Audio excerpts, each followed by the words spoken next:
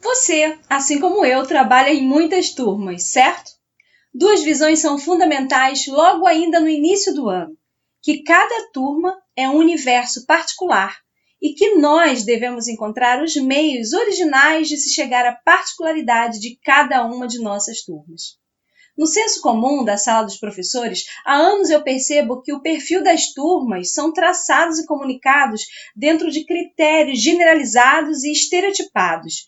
Por exemplo, aquela turma é bagunceira, ou então aquela outra não quer nada, esse é só o começo, a turma tal é participativa, a outra é traiçoeira, perigosa, é cada adjetivo um pior que o outro.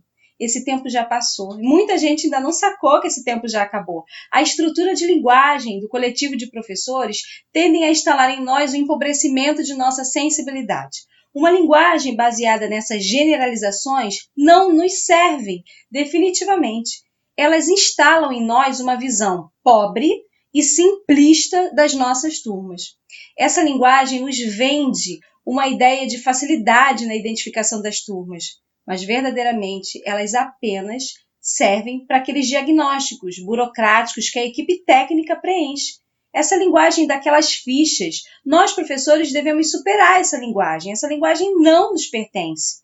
O nosso trabalho é criar uma estrutura de linguagem interna, infinitamente eficiente ao humano, já que lidamos com sujeitos em situação de aprendizagem. Nossa aula não é uma reunião para exposição de dados. Nossa aula é um encontro de pessoas, é o efêmero. Então, da porta da nossa sala de aula para dentro, os critérios, as métricas, as qualidades, os desafios, os traços e as habilidades de cada turma são identificados pelo filtro da nossa sensibilidade. Nós somos os buscadores dessas performances em cada sala. E para isso, nosso vocabulário precisa ser diferente. Levantamos, então, as qualidades e particularidades de cada uma de nossas turmas a partir dos talentos e do engajamento coletivo que vamos construindo ao longo das semanas. Essa deve ser a nossa postura e o nosso compromisso com os adolescentes, pois o nosso compromisso é com os estudantes antes de qualquer coisa. É importante e muito bonito quando a gente consegue comunicar para as pessoas das nossas turmas essas nossas observações acerca deles. Então, de tempos em tempos, nós devemos expressar claramente, por exemplo, os avanços que nós observamos, os desafios que temos pela frente. Um cuidado muito importante é sempre apresentar fatos reais, apresentar para a turma elementos palpáveis, dados mensuráveis, evidências concretas de que todos os adolescentes são capazes de identificar.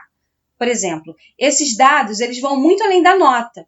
Devemos comunicar uma aula que rendeu bem, que trouxe muitas inquietações, que trouxe muitos exemplos, ou uma conversa de um tema importante que a turma toda chegou a um consenso, ou então uma solução criada por alguém que mudou para melhor uma dinâmica da aula, enfim, critérios humanos de criatividade, engajamento, participação. Isso deve ser comunicado, isso é valor.